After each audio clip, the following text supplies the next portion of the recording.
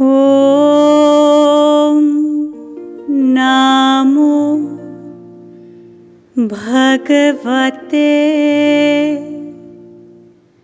वासुदेवाय।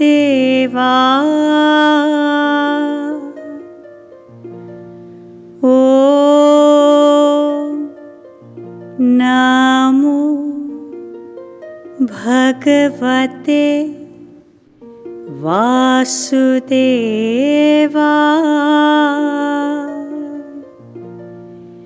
प्रभु प्रीति देवाय, प्रभु शांति देवाय,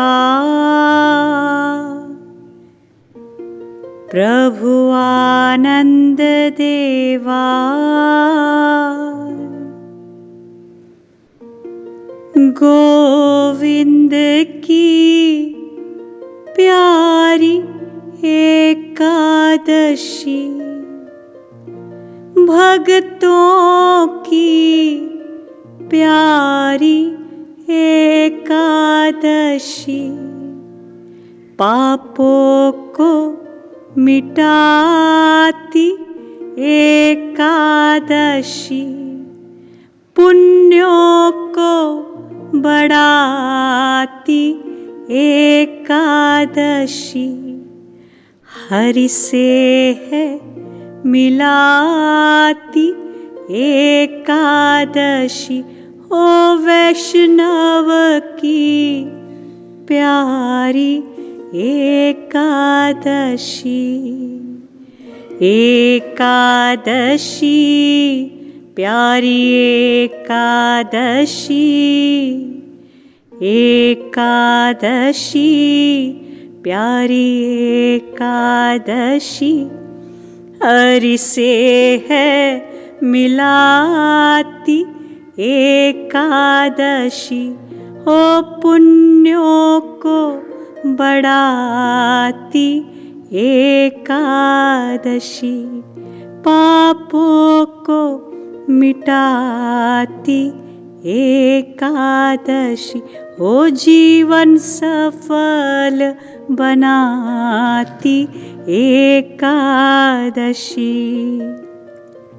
जी हाँ मित्रों, एकादशी पर्व जो कि पूरे महीने में 2 बार आता है और इस बार की एकादशी जया एकादशी के नाम से सुविख्यात है, जो कि 23 फरवरी को आ रही है।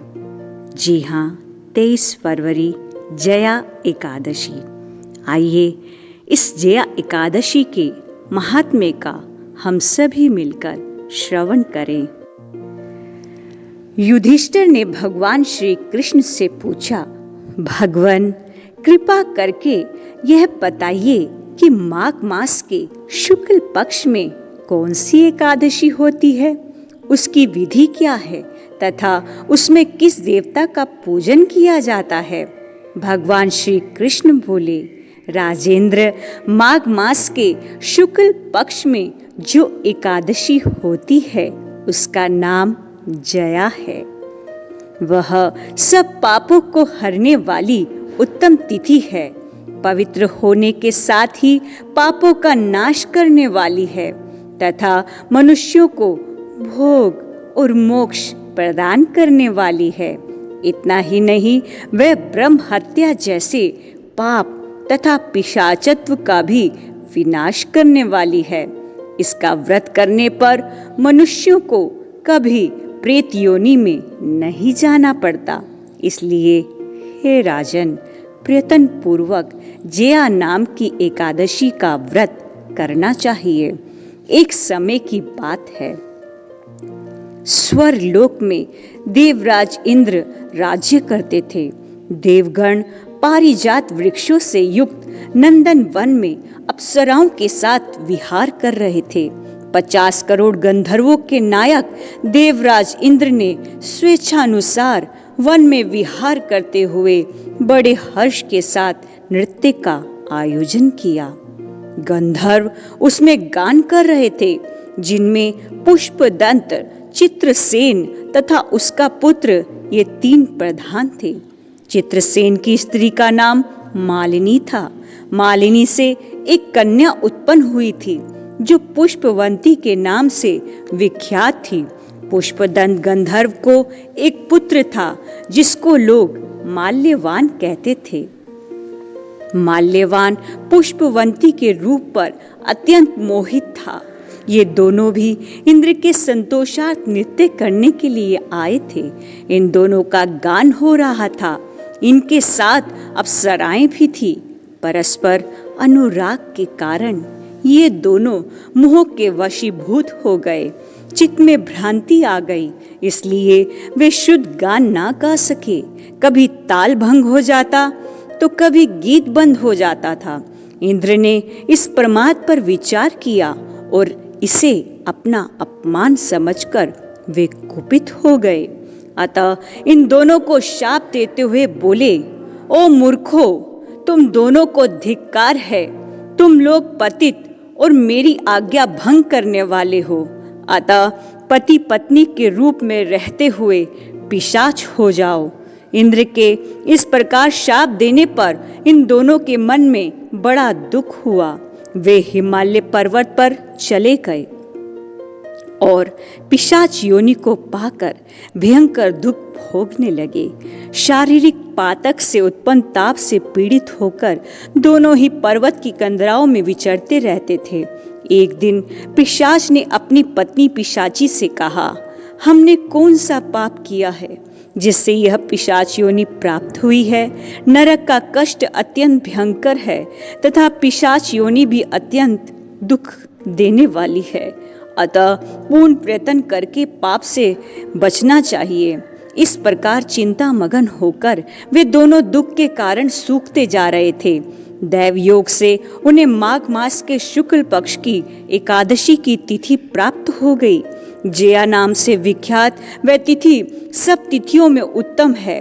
उस दिन उन दोनों ने सब प्रकार के आहार त्याग दिए, जलपान तक नहीं किया, किसी जीव की हिंसा नहीं की, यहाँ तक कि खाने के लिए फल तक नहीं काटा। निरंतर दुख से युक्त होकर वे एक पीपल के समीप बैठे रहे। सूर्यास्त हो गया। उनके प्राण हर लेने वाली भयंकर रात्रि उपस्थित हुई। उन्हें नींद नहीं आई। वे रति या और कोई सुख भी नहीं पा सके। सूर्योदय हुआ, द्वादशी का दिन आया। इस प्रकार उस पिशाच दंपत्ति के द्वारा जया के उत्तम व्रत का पालन हो गया। उन्होंने रात में जागरण भी किया था। उस व्रत के प्रभाव से तथा भगवान विष्णु की शक्ति से उन दोनों का पिशाचत्व दूर हो गया। पुष्पवंती और माल्यवान अपने पूर्ण रूप में आ गए। उनके हृदय में वही पुराना स्नेह उमड़ रहा था। उनके शरीर पर पहले जैसे ही अलंकार शोभा पा रहे थे। वे दोनों मनोहर रूप धारण करके विमान पर बैठे और स्वर्ग लोक में चले गए।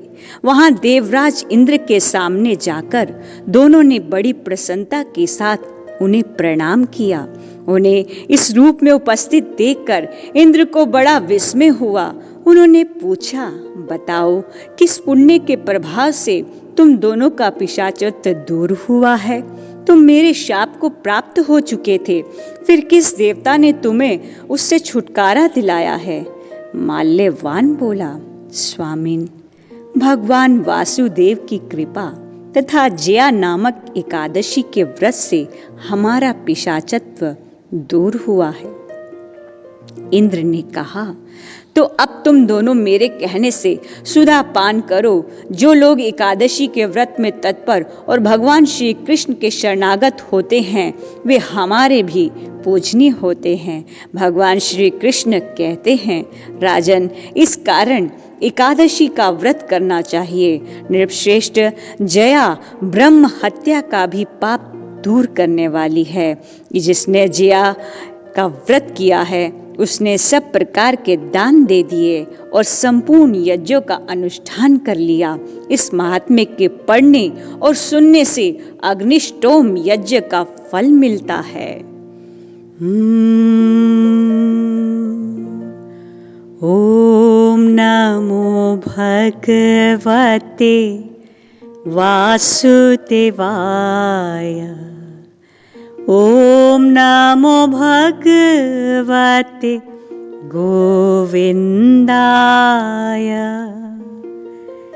अनन्ताय नमः,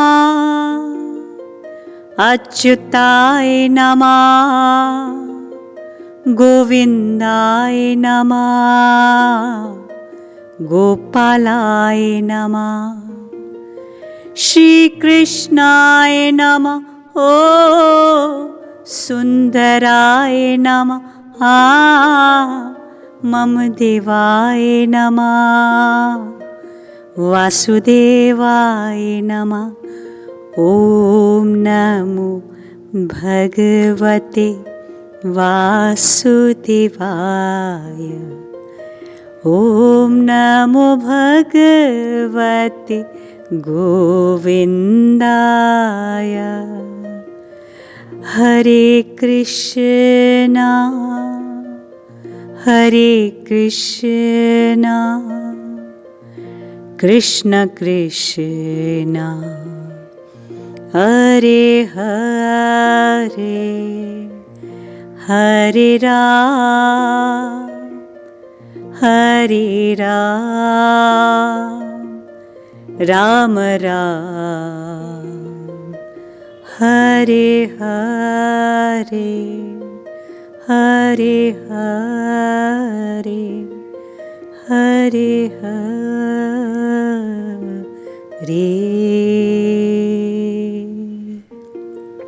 आइए हम सभी मिलकर प्रयत्नपूर्वक इस एकादशी व्रत का निरंतर हम अभ्यास करें कि हम पूर्णतः संयम पूर्वक हम इस व्रत का अपने जीवन में धारण करें और अपने संपर्क में आने वालों को भी इस एकादशी व्रत को करने की प्रेरणा दें। जय श्री कृष्णा, जय मदन गोपाल, जय मदन गोपाल।